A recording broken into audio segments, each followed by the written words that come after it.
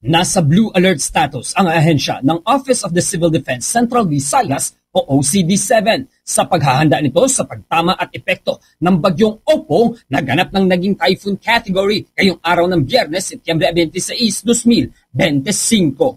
Ito ang isinaysay ni Joel Erstein, ang Regional Director ng OCD-7 sa eksklusibong panayam nito sa Bombo Radio Cebu News Team kung saan ay nananatiling nakataas ang kanilang blue alert status dahil na rin sa pagbabantay nila sa Bulkang Canlaon sa islang rehiyon ng Negros at ang posibleng epekto na din ng bagyong Opong sa rehiyon.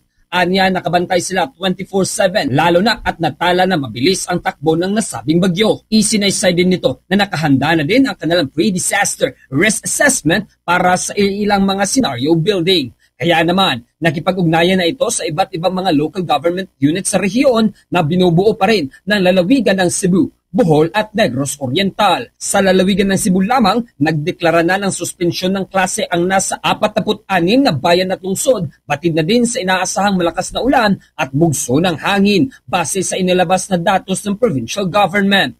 Habang ang Philippine Coast Guard District Central Visayas ay nagbigay na din ng abiso sa pamamagitan ng kanilang Maritime Safety Advisory patungkol sa mga na-stranded na mga biyaheng pandagat dahil sa sama ng panahon.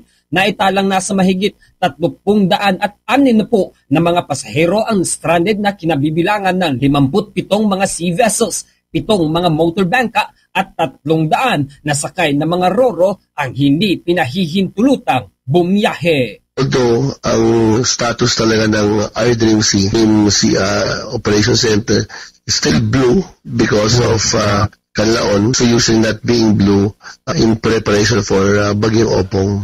It is 24/7 talaga tayo sa Office of Civil Defense. Pero ngayon pong araw din magkakaroon po tayo ng pre-disaster risk assessment o PIDRA scenario building. Today po mapapag-alalan po natin kung anong pwede ating response. Ating napakinggan si Joel Erstein, ang OCD-7 Regional Director. Mula rito, sa lungsod na lalawigan ng Cebu, ako si Bombo Ken Apor, and this is Bombo Radio Philippines, the #1 and most trusted source of news and information. Pasa Radio, Bombo!